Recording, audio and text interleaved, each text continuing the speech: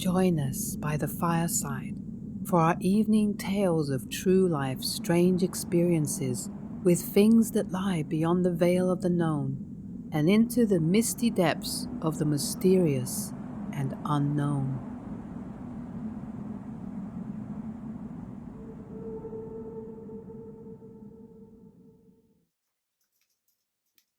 The Navajo reservation. My husband and I occasionally take our Jeep out into the sandwash mesa trails. We decided to pack some water and just make a day of it. Towards the end of the trip, he heard a weird, open mouth whistle, like someone just learning to whistle. I made a joke, not joke, the what if it was a skinwalker? My husband replied with, "That's okay, our Jeep can outrun it." That was the end of the conversation. We then noticed that we were heading a little off track. Our navigation was pretty inaccurate, and we realized we were fairly close to Navajo land. We went home, and my husband started researching GPS apps. A little while later, he found one and said that we should go out for a small rip to test it out. Boy, was that a mistake. It was around 8:15 p.m. The sun was just setting, and we had been out for about half an hour by this point. We were on a trail heading back home when my husband braked abruptly and asked, "What was that?" I asked what was he talking about, and he said, "Out there by that dip. Something ran across the trail and then back again." I laughed and asked if he was screwing with me, but he continued, "I swear I'm not. It was on two legs, but it was so fast, unbelievably fast." I hadn't seen a thing, and we proceeded as normal. I rolled up my window thinking it may be an animal, and we got closer. We were going about 25 miles an hour so that we didn't hit anything if something jumped out. He said, "Right there, this is where I saw it." It was another trail that crossed ours, and as we crossed it, we saw two young girls with dark hair. One a bit taller than the other, standing there, watching us to the right. We chuckled as we passed, and my husband said, "See, I wasn't messing with you." We both fell silent for a split second. It didn't really sit well with us. There are two young girls, and for all intents and purposes, it was dark. The sun had just set. Why were they out there alone? My husband looked through the driver's side mirror after we passed, and suddenly he yelled, "Oh my God, they're gaining on us! They're gaining on us!" I couldn't understand what I had just heard or why he would have said that. I looked through the passenger side mirror and I saw nothing. I looked at him with a WTF look on my face, and when I saw how serious he was and how he just kept repeating, "They're gaining on us," I twisted my body to look through the back window, and I distinctly saw the two black figures, one a bit taller than the other, less than 50 feet away and closing. Now, when we passed the cross trail, they were about 30 feet back. So for them to get from there to literally right behind us in a matter of seconds just isn't possible. My husband accelerated 30, 35, still gaining, 40, 45, still gaining. At this point, my husband just stomped on it, and our Jeep was kicking up such an insane amount of sand that we lost a visual. We were afraid to go home, afraid that they, whoever they were, would follow us. We drove around for about an hour in almost silence, trying to process what we had just seen. Why were two young girls out there alone? How did they get behind us so quickly? How were they gaining on us? And most importantly, what the hell just happened? We drove home, still shaken, and we started getting ready for bed eventually once we calmed down. Now, our bedtime ritual for falling asleep is putting something on TV and then just dozing off. To the right of our bed, we have a sliding glass patio door. It's what I face when I fall asleep. I remember dozing off, and then I heard a sound, and my eyes just popped open.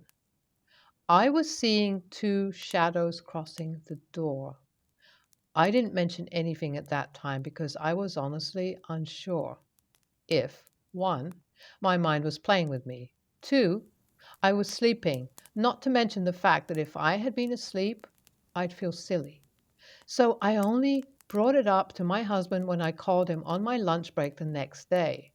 He knew exactly what I was talking about with the shadows because he had seen them too.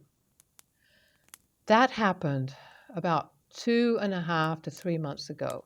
For a whole month or so after, we experienced strange occurrences. Cupboards opening, doors unlocking when we woke up, strange dreams, you name it. But everything just kind of faded away, and eventually life did return to normal. But to be honest, it still freaks me out, even just thinking about it.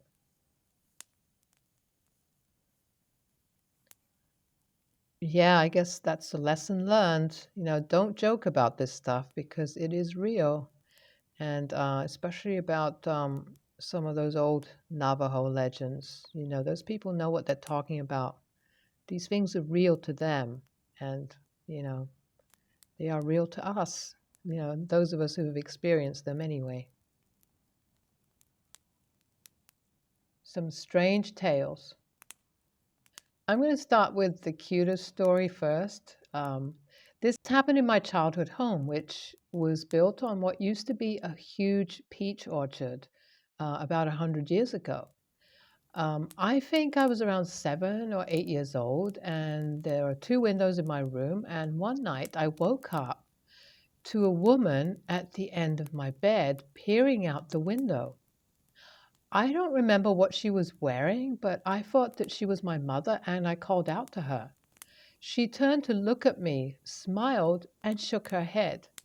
No, sweetie, I'm not your mother. Go back to sleep. So I did, and didn't really think much of it because she didn't scare me. I had a pretty rough childhood and I cried myself to sleep a lot of nights. And on several occasions, I remember feeling someone pat my head and pull the covers over me right before I fell asleep. This stopped right around the time when I started middle school, though I continued to randomly lose keys and books and things around the house until I moved out. Usually yelling, "Hey, can I have my keys back, please?" into an empty room meant that I would find them right in the middle of my desk where I literally just checked a few minutes earlier. Now, here's one of the scarier stories. Um, it was the sophomore year of college, and my sister, her boyfriend, and her mother decide to rent a small cottage off campus. It came fully furnished as the lady who lived there decided to nope out one day, lease the place, and just ask renters to feed the feral cats out back. Nothing out of the ordinary until we're hanging out one day and she mentions that she and Sasha, her boyfriend, had been having crazy dreams and that the mattresses were all stained brown, so they threw them in an old room in the basement and bought new ones. She showed me a picture. Fern, that looks like blood, like a lot of blood on all the mattresses? Yeah, well, it doesn't matter. We just chucked them in the huge unused storage room in the basement. Anyway, she invites me to stay in the guest room for a few days at the end of term, since we're all gearing up to drive back to NYC afterwards. The house feels fine for the most part, maybe a little unsettling, but everything in that part of Massachusetts feels unsettling, so it's fine. We have dinner. I help her bathe her dogs and ask about the laundry situation. Oh, it's in the basement. I'll show you.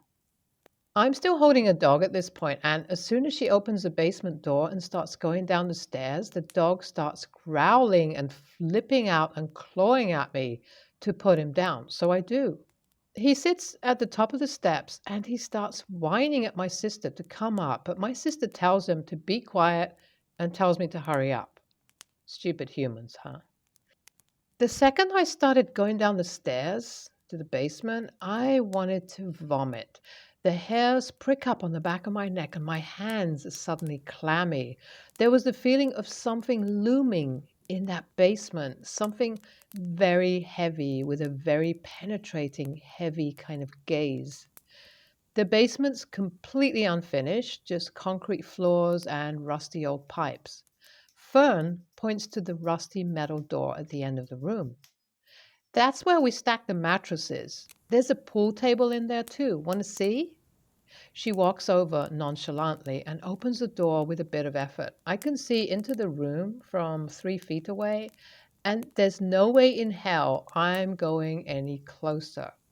My eyes adjust and recognize the pile of bloody, dirty mattresses stacked in front of a worn old pool table.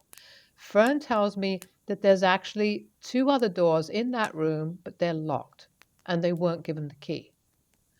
I'm literally shaking at this point. The dogs are still whining, and I yell at Fern to close the door and just show me the goddamn laundry room.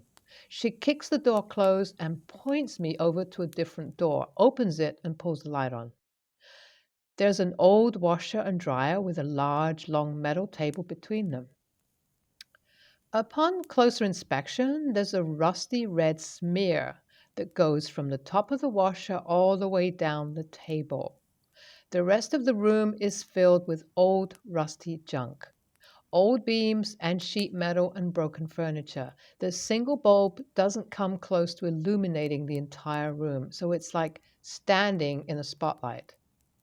The feeling of being watched in there is nearly unbearable, like a low, heavy ache in my chest. I feel suffocated.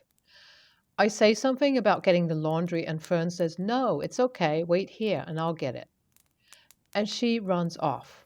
I go to follow her and feel a hand grab my shoulder, and I turn around, ready to punch the crap out of whoever just touched me, but there's nothing there.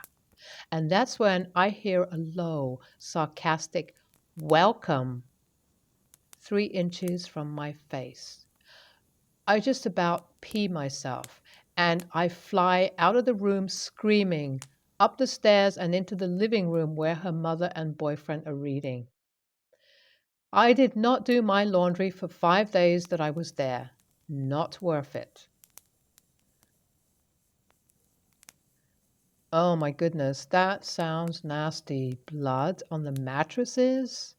And then in that, that other kind of what looked like, I don't know, a streak of blood somewhere in the laundry room. I mean, that is not good. Um, Something that I do know is that spilt blood, and goodness knows how it was spilt and what happened. Why did the person lose blood or whatever?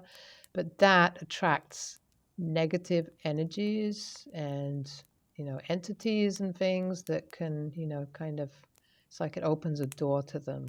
So goodness knows what happened there. Have you ever checked out the history of that house just out of curiosity? I don't know. Sometimes it's better not finding out, but what a horrible experience. I'm just kind of glad you got out of there. The restaurant. I was a vehicle mechanic in the Army Reserves when I was younger. On one overnight drill, we drove a convoy of trucks from Baltimore to Fort A.P. Hill, VA, on the old state highways. Things started out pretty normally, but as we were driving the convoy, gradually started slowing down, and after a while, the whole line of trucks has slowed to a crawl. So we pulled off the road, and the guy in the lead truck tells us his 5-ton won't accelerate at all. We switched trucks, and sure enough, it won't go above 5 miles per hour. So I dropped the truck out of the convoy, and my motor sergeant stayed with me in a pickup truck. About a half hour later, we happened across an old gas station, and we decided that we're not going anywhere fast, so we'll just park the truck there. I was to remain with the truck until they could come back later and transfer everything to another one. So off drives my motor sergeant, and I'm out in the middle of nowhere in southern Maryland with nobody around. It starts getting dark, and I see the lights are on, and a restaurant is open at the gas station, and I'm hungry, so I go in. I sit down in a booth by the window where I can keep an eye on the truck, and a lady comes and asks me what I want to eat. I ask if I can have a menu, and she says that she doesn't have one, but they have fried chicken, mashed potatoes, and that sounded pretty good to me, so I ordered it. I was really starving hungry, and it was the best fried chicken I've ever eaten. I finished, I got the bill, I left the money on the table, and walked back out to the truck. I stayed awake for a while, but eventually I lay down across the seat and I just slept for a few hours. Now, about 2 or 3 o'clock in the morning, another truck shows up with a bunch of guys, and we start transferring gear to the other 5 ton. One of the guys says, "You must be starving." And I say, "No, I ate at the restaurant." Well, this guy gives me the strangest look and says, "You didn't eat at that restaurant. Look at it." Well, it's the middle of the night, and I can't see the building that well, and I just told him he was crazy and we leave. I slept a couple of hours, and then we had to go back in the morning to deal with this broke down truck, and that's when I had a WTF moment. All the windows to this station are boarded up, and the place looks like it had been abandoned for 20 years. At this point, I am seriously weirded out, so I go over and peek through the glass on the door, which was uncovered. My money was still sitting on the table. I couldn't get away from that place fast enough, and suffice it to say, I never ever went back there again to that area. Wow, that's a really wild experience, and the fact that you were there sitting in the restaurant, you remember the taste of the food, the textures, the feeling of being there, just like a physical, present day restaurant. That's just so crazy. Wow.